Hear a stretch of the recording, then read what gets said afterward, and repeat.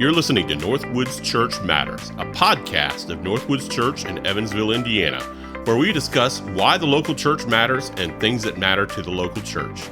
I'm your host, Matt Higgins.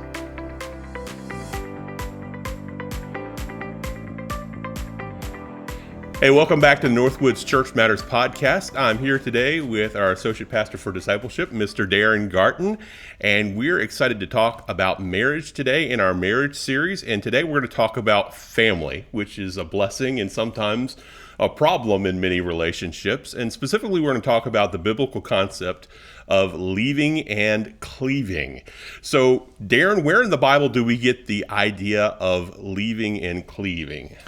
Well, it shows up very early in the scripture. We see it first mentioned in Genesis chapter 2, verse 24, where God, right after he makes the woman and delivers her to the man, says in Genesis 2:24, therefore a man shall leave his father and mother, and in the ESV says hold fast, and the King James says cleave. Cleave, yeah. Cleave, so we say leave and cleave because that rolls. And they shall become one flesh. And so the woman is given to the man, and it's clear that there is to be a union that happens to them of leaving mother and father and becoming one flesh. And I think it's interesting in this passage because Adam and Eve didn't have parents. Yeah. So they were the first parents. And and yet God clearly was setting something up that that was to happen in marriage. It shows up again, Jesus picks it up in Matthew 19:5, where he brings up in the context of divorce, is it okay to divorce? He quotes this Genesis passage and said that leaving and cleaving was a part of the marriage arrangement. And then the Apostle Paul also has it in his teaching too, in Ephesians 5, where you have the passages about the roles in the family. And he quotes the passage in this instruction and says that one of the ways that the husband loves his wife is by the way that they are joined together, by leaving and cleaving together. So throughout the Bible, in the teaching of Moses, in the teaching of Jesus, and the teaching of Paul, we see it. Yeah, so we see it throughout the Bible, and this is a big deal, not a little deal. Right, I mean, right. It's repeated over and over, this idea of leaving, and then in the King James, that word cleaving, meaning to hold fast. So in terms of biblical marriage, what does it mean to leave and cleave? Well, I think there are like three responsibilities. I would describe it in three responsibilities.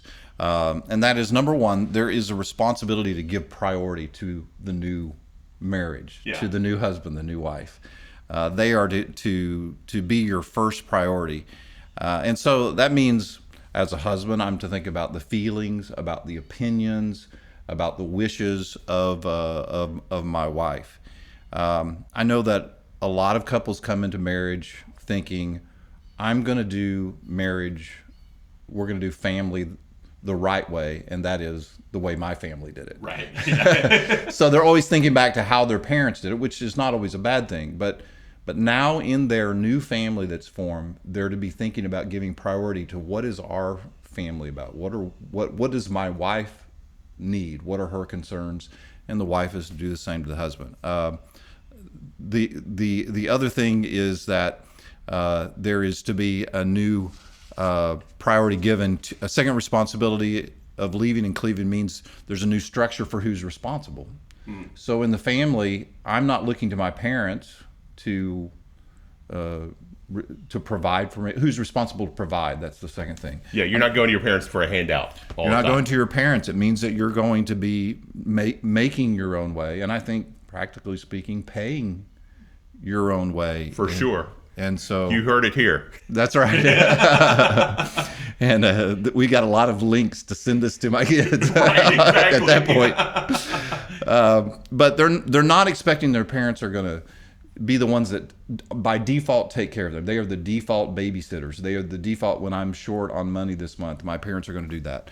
It means that in my family, I've left that family of origin, and now I'm going to be responsible for providing for the needs of the family. Now, it's great when the in-laws help out, and they sometimes do, but there shouldn't be this expectation that they're going to continue to do that now that there's a new family. And then the third responsibility, I think what it means is there's a shift in who's responsible for leading the home. So where a lot of times we come into marriage and we, like I said, do what our parents did, and we may be even relying on them for like Where are we going to spend holidays? What's our family going to do on vacation? Those sorts of things. And I think what it means in the new family is when I've left and I've cleaved to my wife is now I'm taking responsibility for leading my home in all the different areas. And it doesn't mean there's no involvement with my parents, but it means that I'm leading my family in the areas. I'm leading my family in worship. I'm leading my family in church involvement, church attendance. I'm leading my family in all of those ways. And there is a recognition that rather than the people in the family looking back to their parents, now they're looking to one another and they're leading the family in that way. They're responsible for that. So Yeah, I think a term that often gets repeated in Gen Z and then often millennials is the term adulting. And so leaving and cleaving really is about adulting. Yeah. You're stepping up and doing adult things and being responsible. But I like what you mentioned because it is hard with leaving and cleaving because there are different family opinions of what that means. Right. And so different people of different backgrounds have different notions of what it means to be close to a family or distant from a family and what you do on the holidays and different concepts like that. This would be a passage where it would be one of those times you think it'd be wonderful if God was really specific on how to do this, but it's not. And No, so that's right. you have to work that out with the person that you're married to. So when it comes to the topic of leaving and cleaving, I think it's helpful to think about the topic from a physical standpoint, from an emotional standpoint, and then also from a spiritual standpoint. So how does a married couple physically leave and cleave? Well, I mean, ideally, move out. Move out. Yeah, you're not in your parents' basement. That's right. You physically leave your parents' home. And I know there's some unique situations where couples aren't able to do that. But ordinarily, if you don't have the means to be able to move out and establish your own homes, you're probably not ready to get married yet. Yeah. So I think, physically move out. That's helpful to do. So Yeah, I've been watching this TV show, and this is not an endorsement. The Alaskan Bush People. Okay, yeah. I don't know if you've ever. I always think of you when I think of Alaska. I'm rugged. Yeah, rugged. Can live out in the wild. Totally not true. But it's like this family. There's 7 kids, and like the oldest one is like 32, and the youngest one is like a teenager, and they're all living with mom and dad. None of them are married, and it's just like the weirdest thing. It's the opposite of what the Bible is teaching. So how do you emotionally leave and cleave? Well, I think it's possible to leave physically and not be left emotionally. Oh yeah, for sure. So you can live all the way across the country and still be emotionally attached to your parents. And so, so when you've left, I think it means that you're leaving your attachments from your parents. I know I once counseled a couple, and the wife was very close to her mother, and she talked to her mother every evening for several hours every evening, and it began to be a problem because when the couple began to have problems, now at night, she was not only talking about what happened during the day, but she was sort of talking about the ways that her husband was failing. And it ended up becoming this thing where the mother was sort of hearing all of this, hearing the wife rip on the husband and whatever he wasn't doing. And it just drew them farther and farther and farther apart because now there was so much emotional attachment to her mother that that it was hurting the family, and so they had to address that in order to be able to do that. It was a situation where now she needed to be confiding in, talking to her husband rather than continuing the kind of relationship she had with her mother. Yeah, I mean, if I had a nickel for every time that came up in counseling in a married couple, I'd be a very rich man. I mean, it's a very common thing, especially with women. It seems like there's a close relationship with mom or dad, and then there's this emotional confiding, and then the distance that grows with your spouse, and it's just not healthy. Well, and it's sort of set up as the ideal, like, people boast, my mom is my best friend. Right. And I think that's not a terrible thing to have your parents as your friends. Hopefully they do transition to be friends, but I think my best friend should be my spouse and Absolutely. not my parents. And so I want to transfer that emotional attachment from parents to my spouse. So how do you leave and cleave spiritually? Where sometimes children are looking to their parents to set the pace spiritually. So the parents are the ones that get them up and get them to church. The parents are the ones that help them, establish, pray for meals and do those kinds of things in the home.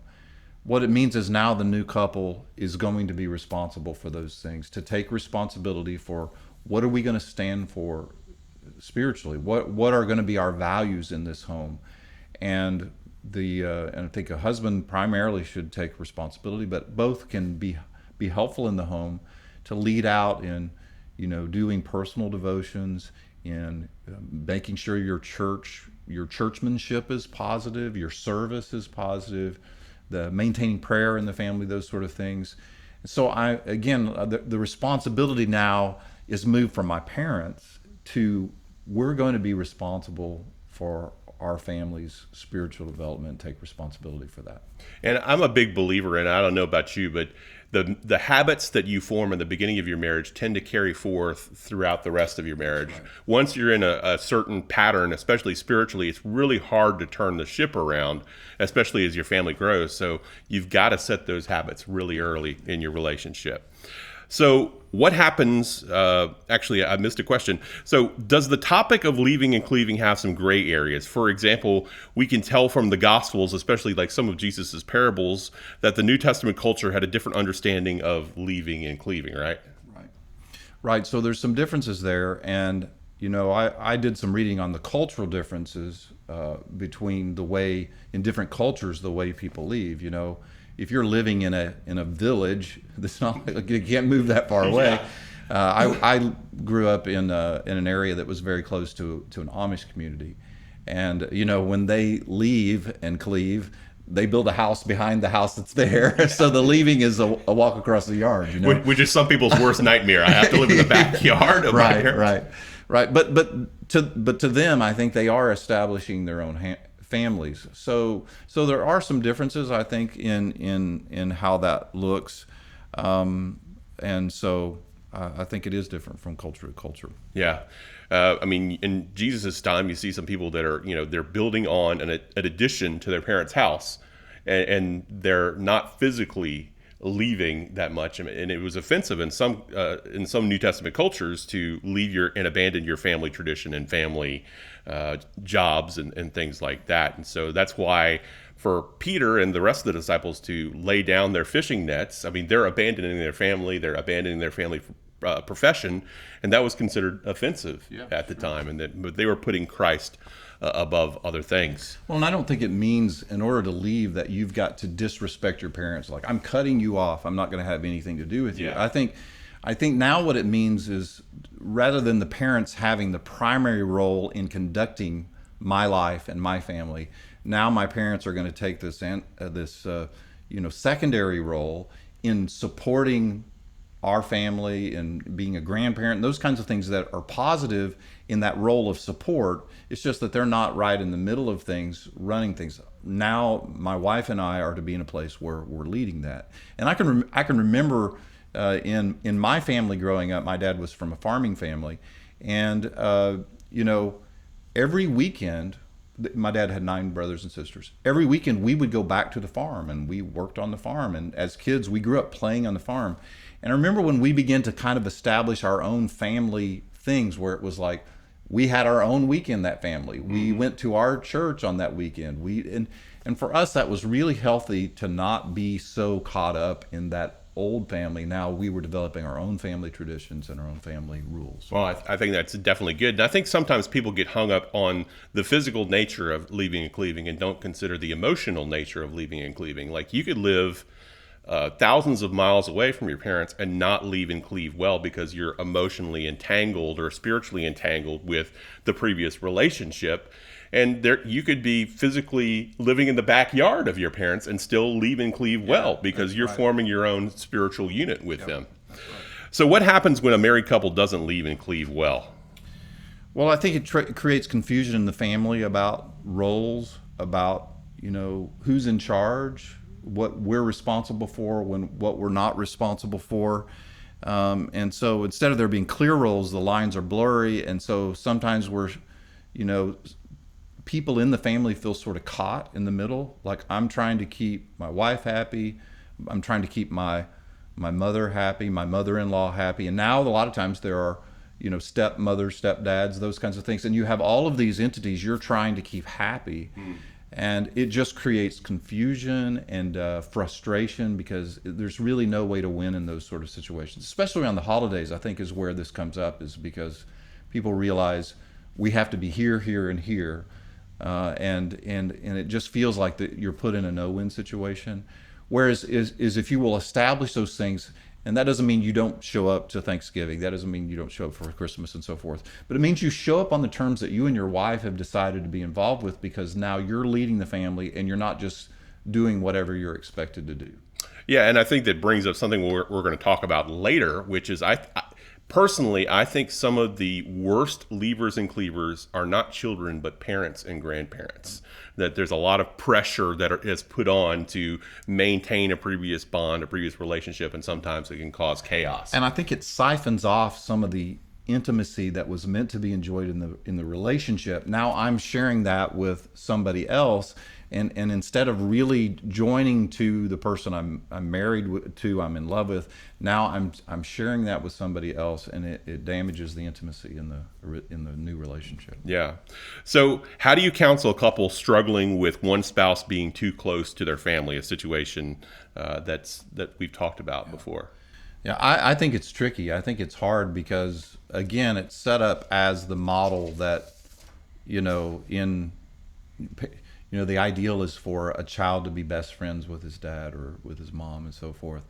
So I think you have to approach it very carefully. I usually will bring up these verses and talk about the intention of why did God give us these verses, and what is meant to happen when we leave and cleave, and discuss how intimacy can be strengthened if we really will attach ourselves to the other. Yeah, I mean, I had a couple that I was counseling at one point, and the wife was very close to mom, and she would, at the beginning of the marriage, spend 2 hours a day over at the house, and then she'd spend 4 hours a day over at mom's house, and then spending the night over at mom's house, and then eventually it was spending more time at mom's house versus spending more time with her husband, and it was a big problem in the marriage. And so it's hard sometimes to counsel those people too that have the close relationship, because they feel like they're scolded for having a good relationship with their parents, when it's not a bad thing to have a relationship that's good with your parents, but it just becomes an idol. It becomes something that's just not in the right position. So as a parent or grandparent, how can you help your married children leave and cleave to one another? Well, I think that there are some boundaries that that the kids have to set with their parents, but I think parents can help that by setting some boundaries with their kids and limiting the ways that they'll be involved. Even though that can be hard, maybe they've told their kids, "I'm there for you, whatever you need." But I know it can be helpful just to say, here's where I'm going to be involved, and if you want me to be involved more, you can invite me in. I know whenever Stacy and I were married, we moved to our apartment. And my mom, who I have a good relationship with my mom, and so does my wife, just let us know, look, I love you, we're here for you, but I won't be coming to the apartment unless I'm invited. I'm not going to be popping in unannounced, those sorts of things. I'd love to see you, but I'm just not going to be in the middle. You need to, especially in this first year of marriage, which, like you said, I think the first it sets the tone. Sets the tone.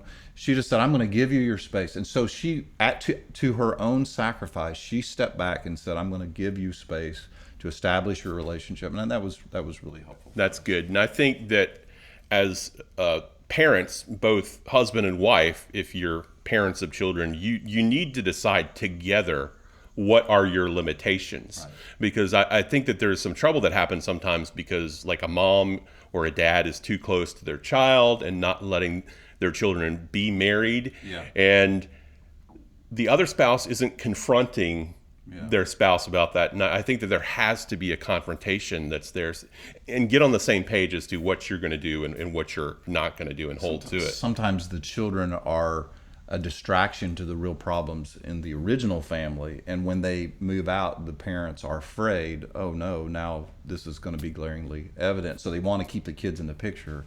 And I think it just has to be that they sort of give them space to move on. So yeah, and we're both parents of girls, and so I get it, because as a parent of a girl, you feel like you're a protector. You are there's a heavy responsibility with parenting girls, and then you're giving over that responsibility to some other dude.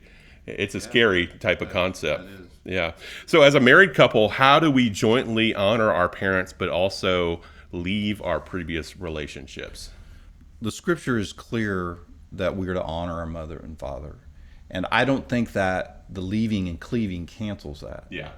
So I think we're continuing to be involved with honoring our parents, but now we have that new balance in the leaving and cleaving. And so I think that, it means for me that I'm going to continue to honor my parents and, respect what they've done for me and the home that I've come from and so forth. But now I have a new interest, and that's true in every area. I mean, I know there's a passage in Scripture where Paul is talking about the single man versus the married man, that the single man is free to do as much ministry he wants. The married man is concerned about how to please his wife, and I think that's an important thing. That's not something that's like, I know that's kind of poo-pooed in our culture of like, oh, he's whipped, he's worried about his wife, but you really should be concerned about pleasing your wife. Live with your wife in an understanding way. That's a godly value. That's a godly value. And so I want to please my wife, but I also, am trying to honor my parents as well. Yeah. And I think there's some clear delineations in the Bible that if your parents are urging you to dishonor God, or what God has commanded, then you don't follow what your parents say. Or even harder is a situation where there's a conflict in a gray area where it involves your parents and your spouse. Mm-hmm. And I think on the concept of leaving and cleaving, you have to honor spouse over what your family position is. And that's hard. And no one likes to be in that position. So how does leaving and cleaving change when our parents start to get older? Well, I'm moving into that stage right now. My Me too. dad is older, and so we're navigating that. I know the scripture, 1 Timothy 5:8 says, if any man doesn't provide for his family, he's worse than an unbeliever. And so I think that it is I'm responsible. There's some debate about who is my family I'm responsible for, but I think that hopefully by the time that comes along, you've established those other boundaries with leaving and cleaving, so that now the parent comes back if you have to begin to take care of a parent in your home and so forth. But when they do come back into our home, they're not coming into the home and now dominating the home. Yeah. They're coming back into your home with your rules, your family, and so forth. So I think leaving and cleaving doesn't mean don't take care of your parents. I think that it is consistent with the Spirit of Christ to take care of your parents. And so, you navigate through that as a couple together, figuring out how you're going to do that. Yeah, and a common situation that really is applicable to the Bible. I mean, the Bible talks about taking care of widows. And so, like, if your father or mother is widowed, or a grandparent is widowed, I think it's fully consistent with Scripture that you take that person in and you take responsibility for that person. I think that lines up well with Scripture. And it's really helpful if couples will be sympathetic with one another, and like if your mom doesn't need help but mine does, if you'll give permission to say, I know you love your parents, you want to care for them, when there is that compassion for one another to really provide for one another, it's really, really beneficial. Yeah, it's a hard situation. Anything else you'd like to add on the topic? No, but I would say leave and cleave, Yeah, cool. Well, thanks for joining us for the podcast today. If you've got any questions on this topic, just reach out to either one of us, and we'd love to help you with this. Have a good day. Thanks for tuning in to the Northwoods Church Matters podcast. If you'd like to find out more about Northwoods Church, you can visit us at our website, www.northwoodschurch.com. www.northwoodschurch.org. Again, that's www.northwoodschurch.org.